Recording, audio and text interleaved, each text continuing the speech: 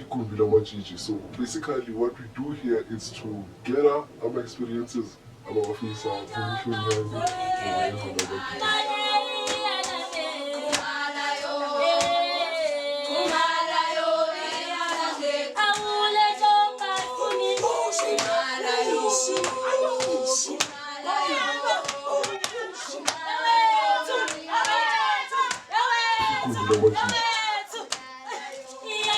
Dumelang awushendi guys sanibonani lo khulumayo iphendulana kwamzwakhe umjo uqhubula sinqono indlela enqandla zinemba zinegazi emqaleni igama lensizwa ke uphazamisa umcimbi wabanye amadoda ekedlele engayicimeni ngoba kusilona labelungu yabo ungamthinta yini umfana umsaba. So guys namhlanje welcome ku show yethu Igumbi Lamatshitshi.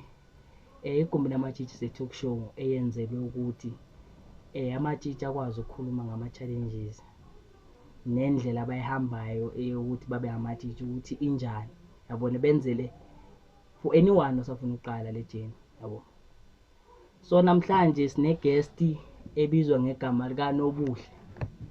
Yazi onoku ukuthi Nobuhle usho ukuthini ngesilungu kodwa ngisazombuza nokuthi happy ngegama lakhe. Sabona sesicela uzazisa. Sanibonani ngiyanibingelela nonke igama lami Nobuhle Isibongo owabandlovu endimini ubuntombi ngugatsheni. Ibhodlela. So ngicela ukubuza ukuthi ijourney le ijourney wayiqala nini? When it was 6 years ago, I was 11 at the time.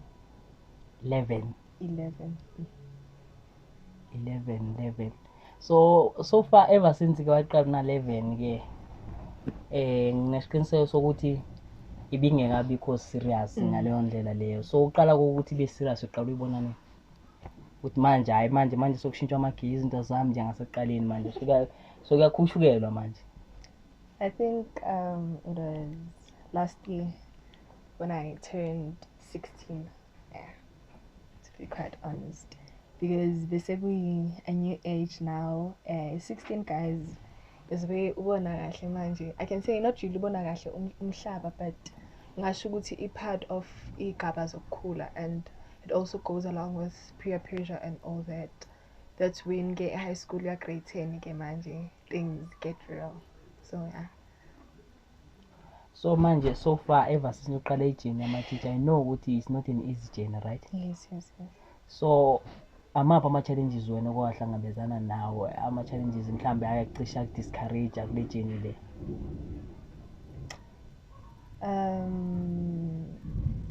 Honestly, to be quite honest, it was when I had a group of friends. I wouldn't say they were my friends at that time. Yeah, we were friends, ex-friends. They would talk they would talk ukuthi awukho sefashionini lento yakho ayinamvuzo uyazixaka uzogcina phi. Inkulumo zabantu as much as ungeke uyilalele zine impact enkulu futhi, kodwa ke ngingakwazi ukuyinqoba because ngila manje. Yes. Yazi ngiba ne challenge lapho mabe comment abantu bami, they will be like isilungu thina abanye asisazi yabo. So ngiyacela ukuthi at least isilungu sibe lesinyana nento. So manje kulawo ma challenge la kwa face wena ka affecta kanjani wena? Bese ngizibuza nami, and I was discouraged at the moment. Ngizibuza ukuthi na ngempela what if baqinisile izinto ekanjalo, but ngiyengakwazi ukubuyela nganeno futhi ngikhumbula ukuthi yini isizathu sami sokuthi ngiqale indima yobutshitshi and ngifuna ukuyaphi, ngoba empeleni akuyona indlela oqala ngayo kodwa ngikholelwa ekuthenini indlela oqeda ngayo. So according to wena ne point of view yakho, mawubhekile amapha ama requirement umuntu awadingayo ukuthi abe ejiji? Self discipline. Ankosi yami, kuyiqoqa. Yes. Ukuyiqoqa, ukuyazi into ofuna ukuyenza, nokuzimisela, nanokuthi uyitshele wena. It's very important ukuthi kubalekile ukuthi umuntu ayitshele yena ngaphambi kokuthi atshelwe abantu ukuthi wenze njani. Ube ne story sakho behind everything, not just i story nje kodwa i story esiqinile Yes. So itshitshi liyashela. Itshitshi liyashela nkosi yami. Angeke ubavimbeke abafana ukuthi bangezi kuwe bezokushela nani kodwa kukuwe ukuthi indlela obaphendula ngayo wena uyitshitshi. Yazi ngike nganothisa something ematshitshini makunomcimbi kuba khona indawo la most of the time mangaba niphuma ebusuku emgonqweni niya ngaphandle kwimpelesi abafuneki abafana lapho. Do you know why bengafuneki? Because I think don't get me wrong, ngizongilungisa yena ngimlungisa ngoba umgonqo is a secret room, indawo ehlonipheke kakhulu. Usuke uzi-isolate, usuke uyivalela ukuthi ungabonwa abantu nezinto ezenzeka phakathi ukuthi zingaziwa. Then mase niphuma ke you guys seniyazi-expose ke manje seniyayikhombisa ebantwini kodwa ke ukuyikhombisa kwenu ebantwini akufuneke babe ne-access kangako kinina. So I think that's one of the reasons. Have you ever been ineqembu la khona i-gay? No. Ungaba kuqembu la khona i-gay because I won't lie, the reason because khona abantu abazothi why ngikhuluma ama-gay kangaka. Guys, kumaqembu sengiwashutelile ngifacile khona ama-gay yabona. Mangifica lapha ngithola i-gay liyagida, liyacula, liyageza emfuleni. How is it possible yabona? So ingako namanje ngibuza ukuthi you guys nifila kanjani to be around those people? Ngabantu nabo can't change that ne. So how do you guys feel ukuba around that person? Because i-gay ngeke uzutreat the same way njengo-cameraman yabona. U-cameraman mhlawumbe khona indlela wathi manje ngeke baba la uphelela la but i-gay ngeke uzulisho nale gay liyafica lifaka imvunulo, lifaka ama-edge, lifaka inzipho, lifaka yonke lonto leyo uthi umuntu wakhona maqala umbulisa hathi hey uvela ubothi ngimoshekile. So how would you feel uba seqembini elinestabane or i-gay? Angizami ukukhuluma kabi ngama-gay kodwa engikushoyo ukuthi mina personally angeke ngibe right ekubeni ne-gay eqembini. Indaba zokuthi sesiyogeza-ke manje, okay, we are cool with being kind of naked but high naked around guys. Futhi-ke we can't change the fact that ukuthi umfana njengoba busushilo umfana lezi zinto enginazo ama-characteristics enginawo akanawo yena bese-ke uthole ukuthi sekeyangibuka-ke manje izongenza ngifile somehow leyo nto leyo. And with ukugida-ke I don't know, I don't think ngingaba nenkinga nalokho. I've been to umcimbi where bekunama-gay, hayi i-gay bekunama-gay. I was okay and bengakaze ngicabange kahle ngendlela yokuthi sesiyogeza-ke manje sesilala sonke-ke manje. I wouldn't be comfortable. Yeah guys, angikhulumi kabi ngama-gay, ngicela ningangithathi wrong guys. Ayikho futhi into esikhuluma kabi to the show yabona. That's ukuthi ezinye zezinto esifuna ukuzazi because abantu they be commenting bengibuza ngama-gay, bangibuze ngama-lesbian and ama-lesbian bagcwele ematshitshini. Bagcwele and because yazi guys there's something enenzayo endana nina matshitshi yokuthi nijole nodwa. Yeah. Yokuthi nijole nathi. So la nto le niyenza on which reasons? Bayenza on which reasons? Ngikhulume isilungu njalo niyazwa lapho. Hey, ngiyacabanga ukuthi some of them ne mhlambe ukuthi umuntu uyawabona sekaphakathi ematshitshini ukuthi kahle mina am lesbian.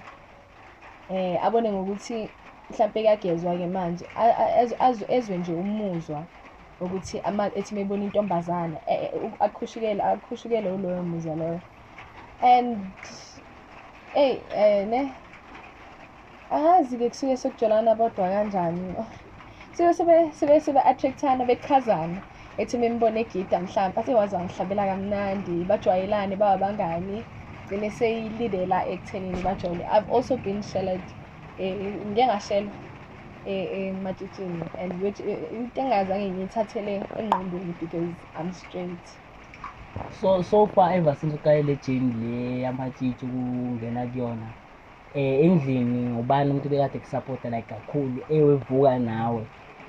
Salukazi sami ngihlala nogogo ekhaya, uyevuka nami uyaphaquza uhlanganisa noma kunjani ukuthi nibe right when it comes to izinto zesikole nobuntombi bami. Unesandla kakhulu futhi bengenzelwa even when kukhona umcimbi owenzakalayo ngenzelwa uye yonke into. So yeah, ugogo wami. Isalukazi sisenawo amaswiti. Kanjani? Phela ugogo yazi ukuthi phela ngowesiko ugogo hlezi namaswiti nanoma ufica ukhala uyakhipha. Phela ugogo bamanje bafundile maqala ukhala kuthethe hambe ekamereni. Ubukela YouTube.